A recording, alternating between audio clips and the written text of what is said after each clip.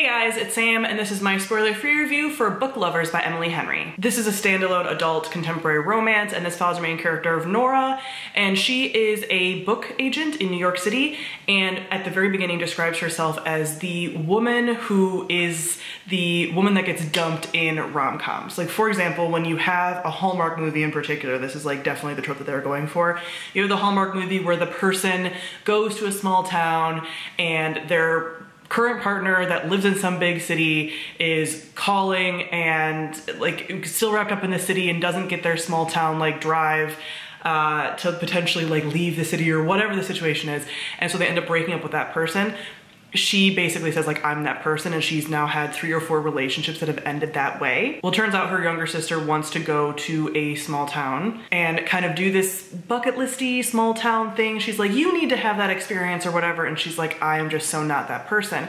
Well, while they go there, she sort of has this bucket list that she's doing with her sister, and there's some sister dynamics going on, but she also runs into Charlie, who is a book editor that is almost like a rival nemesis. Like, they bumped heads years ago and also sometimes have this like weird work banter but haven't worked together a ton, and he just so happens to be in this town. She doesn't really know why, and everything kind of goes from there. So just to preface this, because I'm sure you've heard a lot of people talking about this book, I do love Emily Henry's contemporary romances. Her adult contemporary romances I love. Beach Read is one of my favorite books of all time and probably my favorite adult contemporary romance, though spoiler alert, this is like right up there as well. I don't know which one I love more. I also enjoyed People We Met on Vacation, but not so much because it didn't have some of the tropes that I really like. This has so much going for it. So first off, let me get into the sort of like world building elements of this. So this like small town, Emily Henry, I will say, as far as the world building for this one, Emily Henry leans so hard into some of the tropes that we all know from romances, and she does a really good job of like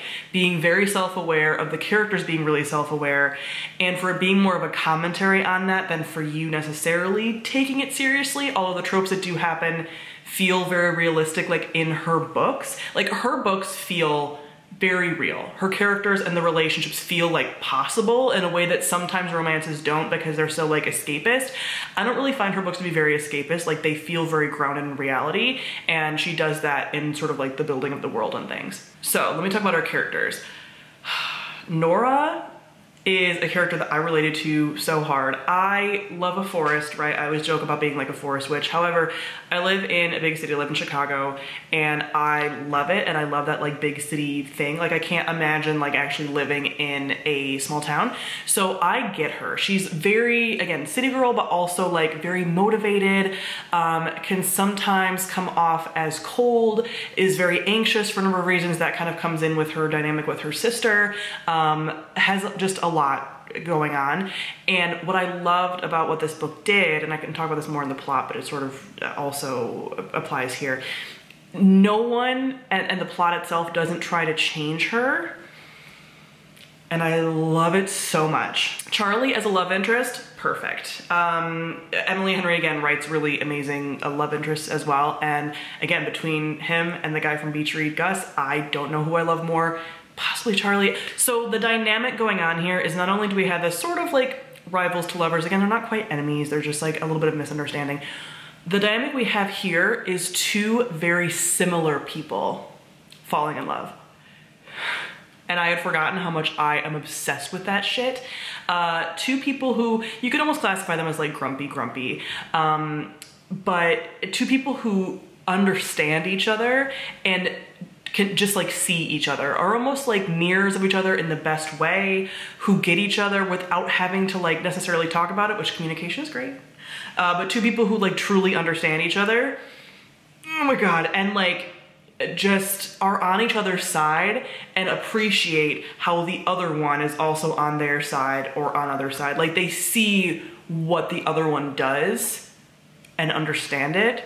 And that is a dynamic that I want so bad in like my own life. So I was just sitting there like, oh my God, like sometimes crying with just like how much things resonated. So good. We also have this dynamic, like I mentioned, with her sister. So we have, if you like sibling dynamics, we have that. We have like a lot of like interesting family dynamics. There is Mild trigger for the fact that Nora's mother passed away in the past, off page, but that is kind of like brought up, that grief story. And just like these sibling dynamics, like Nora being the older sister, her sister being the younger sister, and like those protective dynamics and things like that. And all that's done really well. Emily Henry does a really good job of like balancing life stuff with romance. Last, I'm gonna talk about the plot.